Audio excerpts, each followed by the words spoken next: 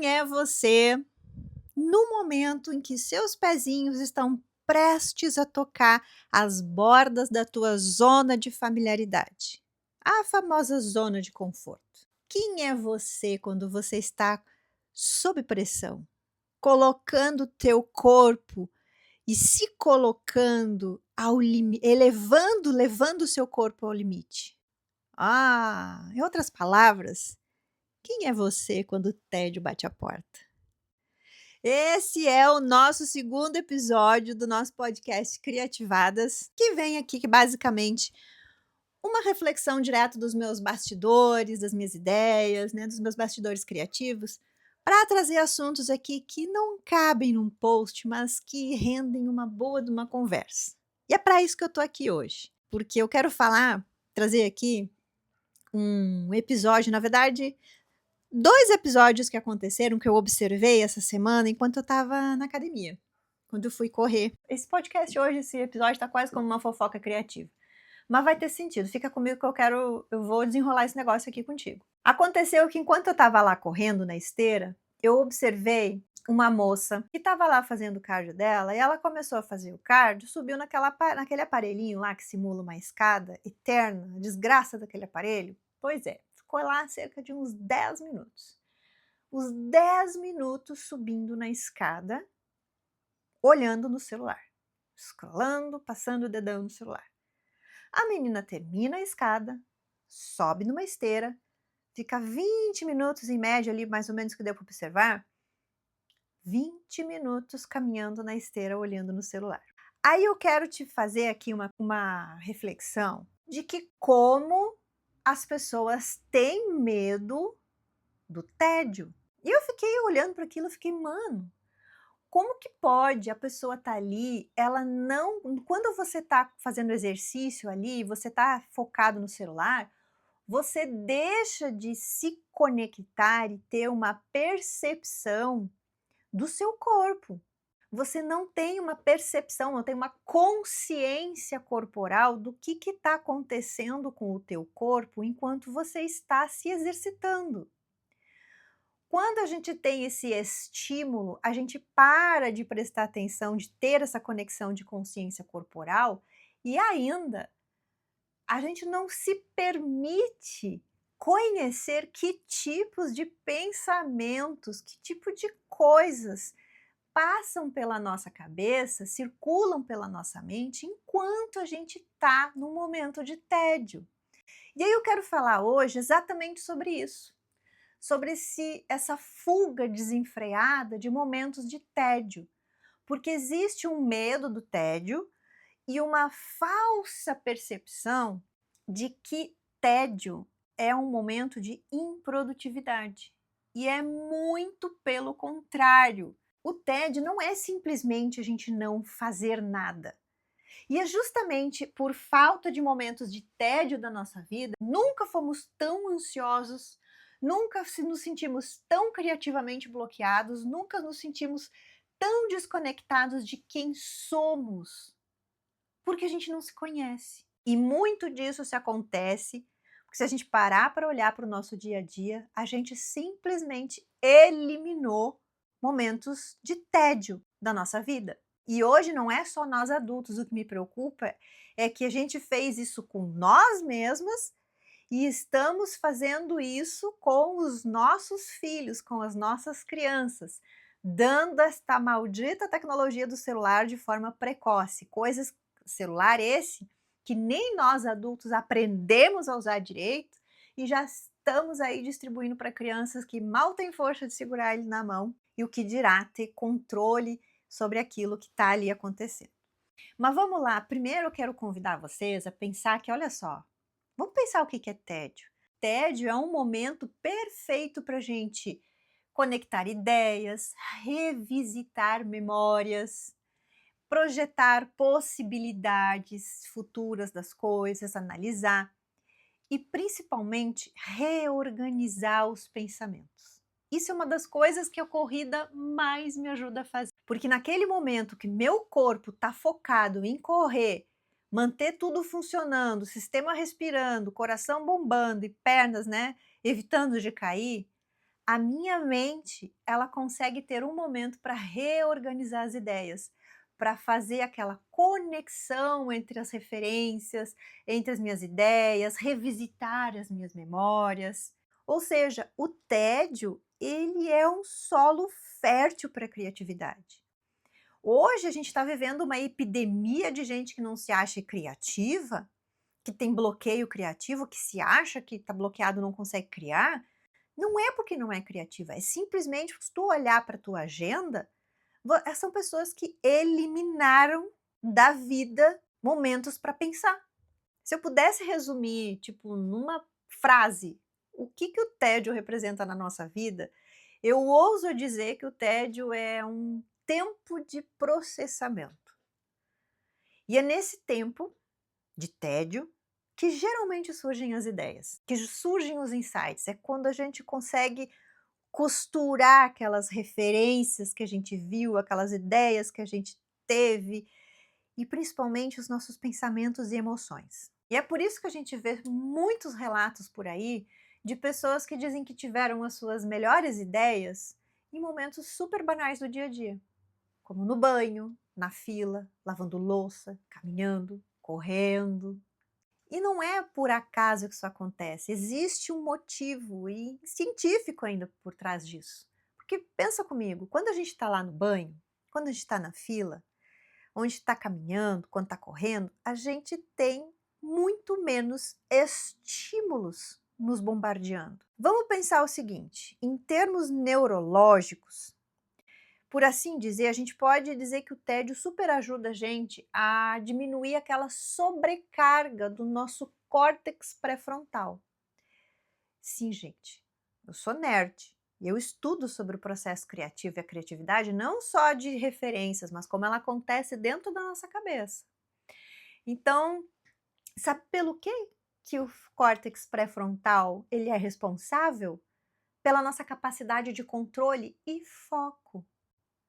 Sabe que muitas vezes você se acha uma pessoa que não é uma pessoa executora, que acha que foco é uma coisa que não te pertence?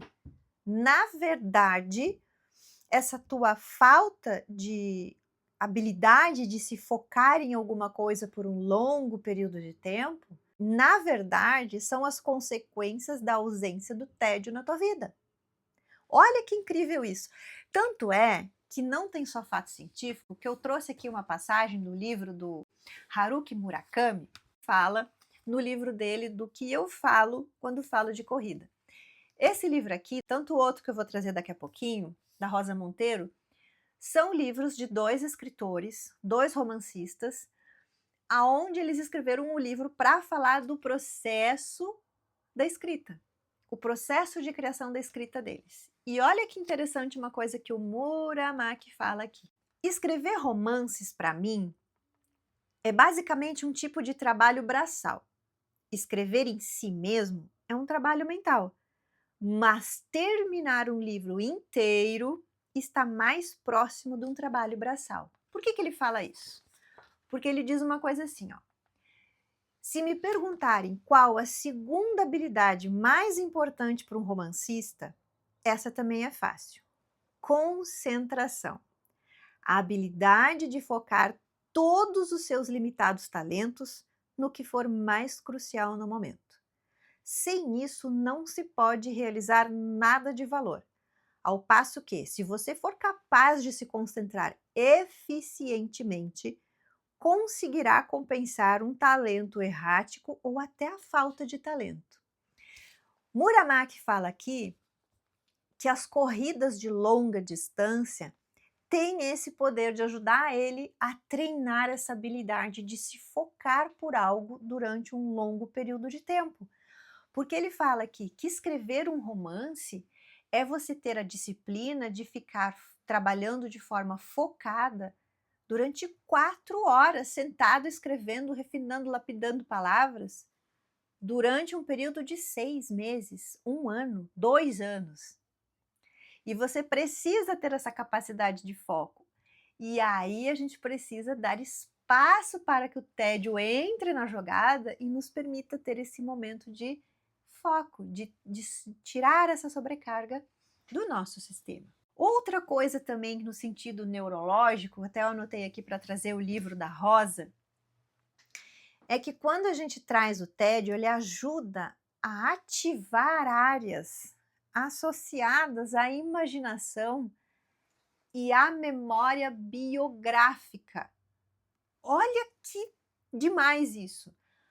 Em termos neurológicos, o tédio ajuda a ativar áreas da nossa mente relacionadas à imaginação e às nossas memórias autobiográficas. Isso é muito poderoso. E por que que isso acontece? Porque quando você está no momento de tédio, você começa a ter a atenção plena. É você prestar atenção de quais são os sentimentos, as sensações, os pensamentos, quais lembranças do teu passado pipocam na tua consciência quando o tédio te abraça. E ainda vou além, introduzindo aqui, complementando com o livro da Rosa Monteiro, que o tédio, ele te permite ter atenção plena também para as coisas que passam pela sua cabeça, mas como as coisas que estão acontecendo ao seu redor. Entende que toda essa história que eu estou te contando aqui agora, ela vem do fato de uma observação de um momento de tédio meu durante uma corrida? E aí eu quero complementar aqui trazendo uma passagem do texto do livro da Rosa Monteiro, que é a Louca da Casa, que aqui ela também é uma romancista que escreveu um livro para falar sobre o processo de escrita, onde ela diz o seguinte: olha que incrível isso aqui, presta atenção. Porque os romances nascem assim, a partir de algo ínfimo. Surgem de um pequeno grumo imaginário que denomino o ovinho. Esse corpúsculo primeiro pode ser uma emoção ou um rosto entrevisto em uma rua. Agora, foca aqui. No meu terceiro romance, Te Tratarei Como Uma Rainha, o ovinho brotou de uma mulher que vi em um bar de Servilha. Em um lugar absurdo, barato e triste, com cadeiras bambas e mesas de fórmica. Atrás do balcão, uma loira perto dos 40 servia as bebidas aos escassos clientes. Era terrivelmente gorda e seus lindos olhos verdes estavam oprimidos pelo peso de uns cílios postiços, que pareciam de ferro. Quando todos estávamos servidos, o cachalote tirou o avental pardo, deixando à mostra um vestido de festa, de um tecido sintético azul estridente. Saiu de trás do balcão, atravessou o bar, flamejando com o fogo de um maçarico dentro do seu traje apertado de nylon, até se sentar diante de um teclado elétrico. Desses com caixa de ritmos embutidas que, quando você aperta um botão, fazem tum-tum. Mas essa mulher, que agora parecia meramente ridícula, sabia tocar piano. E, em algum momento, sonhara, sem dúvida, com outra coisa. Eu gostaria de ter perguntado à loira o que tinha acontecido no seu passado. Como chegar até aquele vestido azulado e aquele bar cinzento. Mas em vez de cometer a grosseria de interrogá-la, preferir inventar um romance que contasse a sua história. Você percebe que a gente está falando de um romance que virou um best-seller, que nasceu a partir dessa cena que eu acabei de ler para vocês? De um momento num bar, de olhar para uma pessoa e imaginar, projetar futuros, lembra? Conectar ideias. E dali, em vez de perguntar a história dela, ela criou, ela imaginou uma história, um romance, só por causa daquele fragmento de uma cena vivida em um bar. Percebe que se ela tivesse no celular passando o feed de alguma rede social, esse romance jamais teria sido escrito. Quando a gente preenche todos os nossos momentos do dia com um monte de notificações, com estímulos, com reels, podcasts, áudios, tarefas, WhatsApp, a gente não permite que o nosso cérebro acesse esse estado de pausa e processamento. E aí, como consequência, a gente acaba vivendo uma tremenda exaustão cognitiva. Já sentiu isso? Eu já. O que é essa exaustão cognitiva? Pensa o seguinte, que a tua mente, A nossa mente é igual a um computador. Ela tem uma capacidade de processamento finita. Então, assim, se a gente pegar o nosso computador agora e abrir todos os softwares instalados lá e mandar fazer tarefa em todos eles ao mesmo tempo, o computador trava, não trava? A nossa mente é a mesma coisa. Ela bate no topo da capacidade cognitiva. Ela bate no seu topo.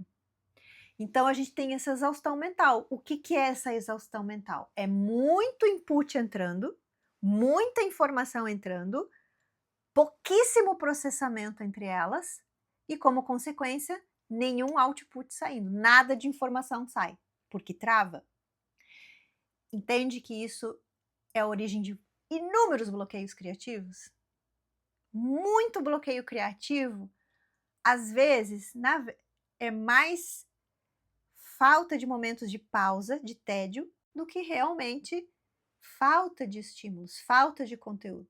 Mas é falta de tempo de processar esses conteúdos que você já consumiu. O momento do tédio, ele é tão importante, vital no processo de criação, que existe uma etapa no processo criativo inteirinha dedicada para ele, que se chama etapa de incubação, que nada mais é que o momento de você se afastar do processo, parar de pensar nele para que aconteça esse processo, esse momento de processamento, de conexão dentro da tua cabeça. Olha só que loucura. Como consequência disso, a gente tem automaticamente na sequência a redução da nossa criatividade. A gente se sente menos criativos, porque a gente eliminou esse tempo de incubação de ideias, de processamento de inputs. E aí, né, o que acontece? A gente vive numa ansiedade infinita, num looping de ansiedade que não tem fim, constante. Por quê? A gente está o tempo inteiro sendo estimulado, o tempo todo, ao ponto de hoje os vídeos, os reels que a gente tem no Instagram não são nem só com um conteúdo apenas, tem a pessoa lá falando e embaixo tem um vídeo de alguém amassando alguma coisa, cortando um sabonete, amassando uma areiazinha. Olha que loucura isso! É tanto excesso de estímulos que o nosso sistema nervoso e cognitivo, ele não desacelera. Então é óbvio que a gente vai entrar nesse estado de, né, sobrevivência, de ansiedade o tempo todo. E aí a gente acaba tendo essa baixa tolerância com o tédio, que é a tolerância ao momento de vazio, de ócio, né? Que a gente, infelizmente, hoje tem uma sociedade que atrelou esse momento do ócio, da pausa, do tédio, a como se a gente tivesse improdutivo, que estivesse sendo, nossa, vagabundeando, né, assim por dizer. O que eu quero dizer aqui com tudo isso, gente, é trazer uma reflexão de que o tédio, ele não é inimigo da produtividade. Muito pelo contrário, ele é a pausa que nos devolve a profundidade. Nossa, que boa essa frase, vou repetir. Como é que eu falei? O tédio não é inimigo da produtividade. Repete comigo, o tédio não é inimigo da produtividade. Ele é a pausa que a gente precisa para nos devolver profundidade. E como consequência, autoconhecimento, clareza, criatividade. Olha que loucura! Tudo que tem dentro dessa palavrinha, pequeno conceito que todo mundo foge, que nem diabo foge da cruz, o tédio. Olha que rico isso. Quando a gente evita o tédio, a gente perde aquele precioso momento entre o estímulo e a criação. E quando eu falo criação, eu não estou falando só sobre aquela criação de conteúdo não, tá? Eu estou falando de criação de consciência, de clareza sobre si, sobre propósitos, sobre valores, sobre sentimentos, sobre passagens preciosas da nossa memória, da nossa vivência, de sonhos, de propósito, né? Daquilo que move a gente, daquilo que dá tesão pra gente, que deixa a gente encantado, com paixão de fazer, de ter clareza muitas vezes sobre aquelas pequenas evoluções que a gente tem no processo e simplesmente não presta atenção porque está pensando em outra coisa, está com o olho vidrado no feed, no WhatsApp, no áudio, no Reels, e você deixa de prestar atenção e celebrar aqueles pequenos processos que você dá, aqueles pequenos saltos de crescimento. Talvez o que esse tempo hoje moderno e por que não ansioso, né, esteja nos pedindo, não seja mais produtividade apenas, mas mais momentos de atenção, de presença. Porque vamos lá, hoje a gente tem como um braço, um apoio, esse monte de inteligência artificial, IAs e chats para nos ajudar no ganho de produtividade. Mas o que a gente vai fazer com o tempo que a gente ganha com essa produtividade? Que a gente invista mais em momentos de presença, não acha? Menos distrações e mais contemplação. É sobre isso, eu acho, que se trata, né, esse papo. Mais, mais observação, mais contemplação, não só do que a gente está vendo, mas do que a gente está sentindo, do que o nosso corpo está falando, sobre o que o nosso inconsciente está querendo trazer para a consciência, está querendo, né, jogar esse ping-pong. Que tipos de pensamento, contemplar quais são os pensamentos que passam pela nossa cabeça no momento de tédio. Qual é a qualidade desses pensamentos? Para onde eles estão nos levando? Como é que eles reverberam no nosso corpo? Porque o tipo de pensamento que a gente tem, ele influencia a nossa realidade, influencia a nossa visão de mundo, a nossa visão, construção da nossa autoimagem. E aí? Muitas vezes você deixa de se conhecer, de ter um autoconhecimento, você deixa de ter a capacidade de articular de forma estratégica e criativa a sua fala para falar de si, sobre o que você faz, simplesmente porque você não tem vocabulário sobre si. Você não aprendeu a se conhecer, a entender como é que você opera, porque simplesmente você distrai a sua mente o tempo inteiro, não permitindo que a sua consciência se direcione para você. Então da próxima vez que o tédio bater, foge não, fica. Fica, porque é nesse momento que as ideias, boas ideias, as decisões, as escolhas, as transformações mais importantes da nossa vida acontecem, se desenrolam. E já sabe, né? Se esse papo, se esse episódio fez sentido para você, vem aqui nos comentários e me fala, conta para mim. Ou vai lá no Instagram, no @PamelaMachado, e fala para mim, compartilha comigo como que esse papo reverberou aí do outro lado. Então, para continuar essa conversa e mais outras ainda mais interessantes, fica por aqui, que nos próximos episódios eu vou trazer mais coisinhas que estão pipocando no meu diário de bordo criativo. Combinado? Com muito amor e muita provocação criativa. Até mais!